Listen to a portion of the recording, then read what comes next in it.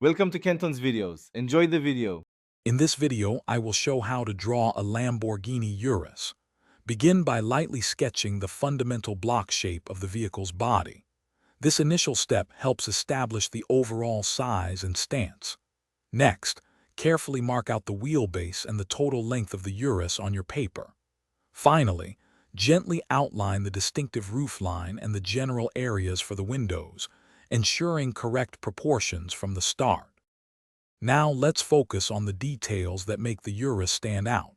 Carefully draw the large, sporty wheels and tires, paying attention to their size relative to the body. Next, add the sharp, angular headlights and the sleek taillights, capturing their unique design. Don't forget to sketch the aggressive front grille and the various air intakes, which are crucial for its powerful look. With the main features in place, it's time to refine your drawing. Go over all the major body lines and curves, making them crisp and clean.